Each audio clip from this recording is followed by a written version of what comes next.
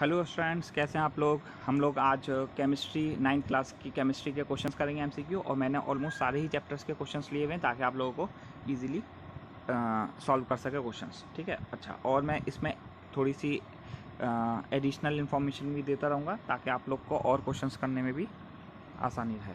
सबसे पहला क्वेश्चन है, हु डिस्कवर्ड इलेक्ट्रॉन। हम जानते हैं इसका आंसर है जे थॉमसन। ठीक है, चैडविक ने क्या डिस्कवर किया था, इसने न्यूट्रॉन किया था, और गोल्डस्टीन ने प्रोटॉन किया था। विच नेक्स्ट क्वेश्चन आता है हमारे पास, which isotope is use in nuclear power plant. Nuclear power plant में हम यूरेनियम 235 का इस्तेमाल करते हैं। ठीक है, आंसर हो जाएगा ये। अगर पूछा जाए कि आयोडीन का इस्तेमाल हम कहाँ करते हैं, तो ट्रीटमेंट ऑफ कैंसर करते हैं। ठीक है, कोबाल्ट 60 का भी कुछ कैंसर्स के नहीं कर सकते हैं, लेकिन ज़्यादातर इसका इस्तेमाल जो है वो पाइपलाइंस में लीकेज को देखने के लिए या फिर वेल्डिंग के लिए किया जाता है। नेक्स्ट क्वेश्चन आता है हमारे पास, which property of element determines the chemical property. याद रखिएगा, केमिकल प्रॉपर्टी डिसाइड करता है जब हम एटॉमिक नंबर लिखते हैं।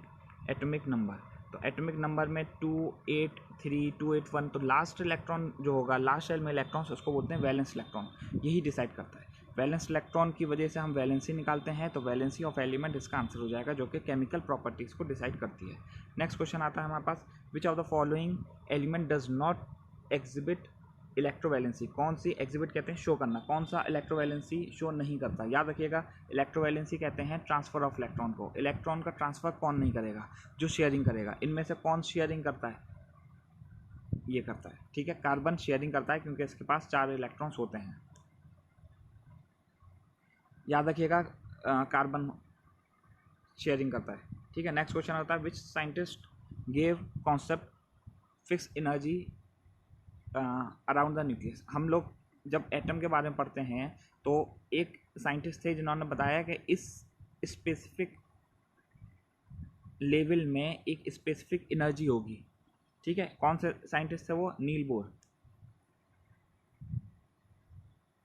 ये क्वेश्चन आप लोगों को खुद करना है। Which are the following pair is isobar. Isobar कैसे कहते हैं, दो डिफरेंट एटम होंगे, मान लेते हैं हम कार्बन और नाइट्रोजन को ले लेते हैं। कार्बन और नाइट्रोजन को हमने लिया, दोनों का एटॉमिक नंबर डिफरेंट होगा लेकिन मास नंबर दोनों का सेम होगा। अगर मास नंबर सेम होता है तो उसको बोलते हैं आइसोबार। ये वाला क्वेश्चन आप लोग कमेंट में बताइएगा आंसर क्या है इसका। Which radioactive element is use in the treatment of cancer. अभी मैंने बताया इसका ऊपर आंसर, आप लोग को खुद बताना ही भी। Which are the following metal exist in a liquid state. Liquid state में कौन सा होता है, अगर मेटल की बात करी जाए, मेटल की, तो आंसर होगा मरकरी। अगर नॉन मेटल की बात करी जाएगी तो ब्रोमीन होगा। तो हमसे क्योंकि यहाँ पूछ रहा है मेटल, तो आंसर हमारा मरकरी हो जाएगा। ठीक है, मरकरी का सिंबल होता है Hg, याद रखिएगा Hg। ये जो वीडियो है ये विक्टर कोचिंग हमारा जो यूट्यूब चैनल है सक्सेस अड्डा के नाम से है। अगर आप लोग व्हाट्सएप पे जुड़ना चाहें तो इस नंबर पे मैसेज करिए, तो आपको ग्रुप में ऐड कर लिया जाएगा। नेक्स्ट हमारा क्वेश्चन आता है, which are the following is not a metalloid. इनमें से कौन सा मेटलॉइड नहीं है। अब देखिए, मेटलॉइड याद करने के लिए हमारे पास बहुत इंपॉर्टेंट चीज़ है। सबसे पहले हम ये समझ सकें कि मेटलॉइड कहते किसे हैं। मेटलॉइड कहते हैं जिसके अंदर प्रॉपर्टीज़ होती हैं मेटल और नॉन मेटल दोनों की। तो इसका हमारा आंसर हो जाएगा टंगस्टन। ठीक है, टंगस्टन मेटल होता है, मेटल। ठीक, और इसका सिंबल होता है W। याद रखिएगा, W उसका सिंबल होता है। और जितने भी मेटल्स हैं सबसे ज़्यादा जो मेल्टिंग पॉइंट है वो इसी का है। और ये जो बल्ब होते हैं हमारे पास, येलो कलर का जो बल्ब यूज़ करते हैं हम, तो उसकी जो फिलामेंट होती है, बल्ब देखेंगे अगर हम इस तरह का रहता है, इसमें इस तरह से लगा रहता है, तो ये जो चीज़ बनी रहती है इसी को हम टंगस्टन बोलते हैं। ठीक है, याद रखिएगा, metalloid, silicon, boron, germanium metalloid हैं। ठीक है, अगर पूछा जाए कि क्या इसके अलावा भी कोई मेटलॉइड हो सकता है, तो इसके अलावा हमारे पास आर्सेनिक, एंटीमोनी और टोलिडियम भी हो सकता है।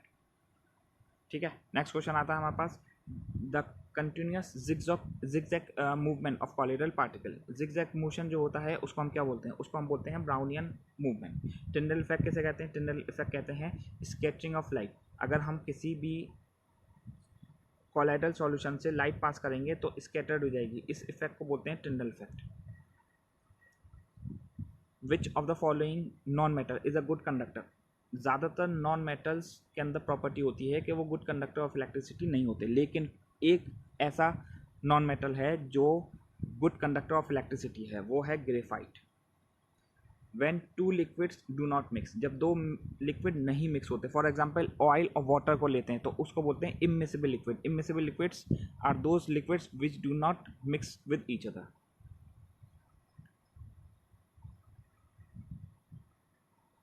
How one can separate ammonium chloride, ammonium chloride को हम सेपरेट कर सकते हैं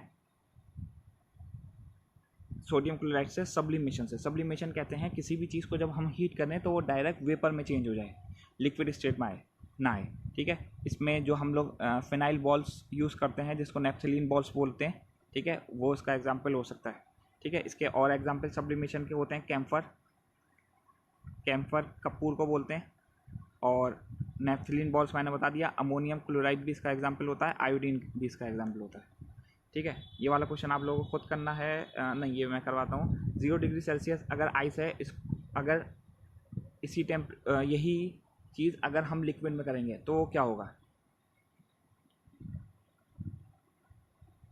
ठीक है। मान लेते हैं हमारे पास 0 डिग्री सेल्सियस वाटर है, अगर हम इसको फ्रीज करते हैं तो क्या होगा, तो इसकी कुछ एनर्जी रिलीज हो जाएगी, याद रखिएगा, ठीक है।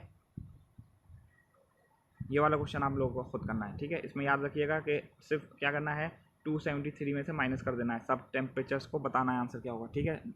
कमेंट में आप लोगों को बताना है विच of the following phenomena results in the cooling effect, कौन सा इनमें से कूलिंग इफेक्ट देता है। याद रखिएगा कूलिंग इफेक्ट देता है इवापोरेशन। इवापोरेशन किन किन चीज़ों के ऊपर डिपेंड करता है, विंड की स्पीड के ऊपर डिपेंड करता है, टेम्परेचर के ऊपर डिपेंड करता है, ह्यूमिडिटी के ऊपर डिपेंड करता है,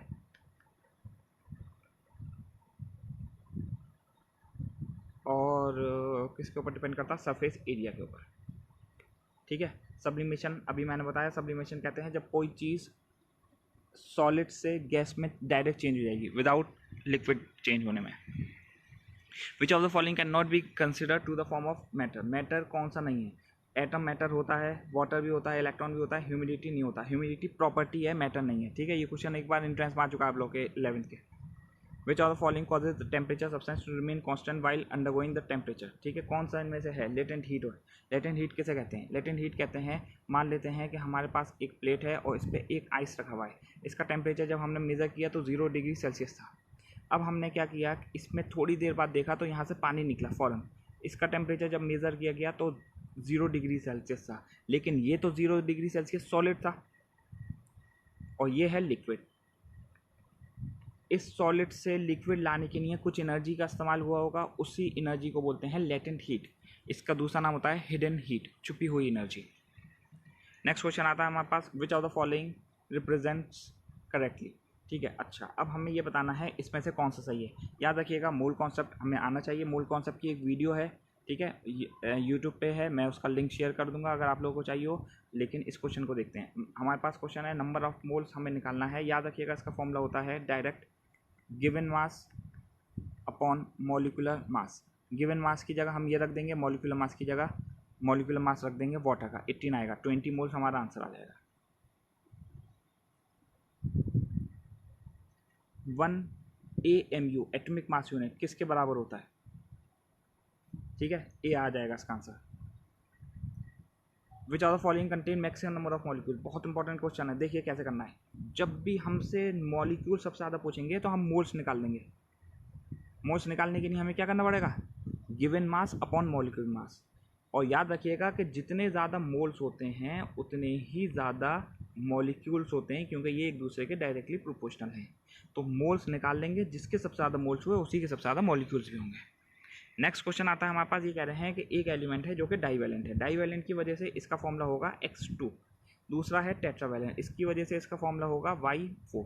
अब इसको उससे कैंसिल करेंगे तो हमारे पास आ जाएगा XY2, हमारा आंसर बन गया B। नेक्स्ट क्वेश्चन आता है the molecular formula of potassium nitrate, इसका A आ जाएगा आंसर।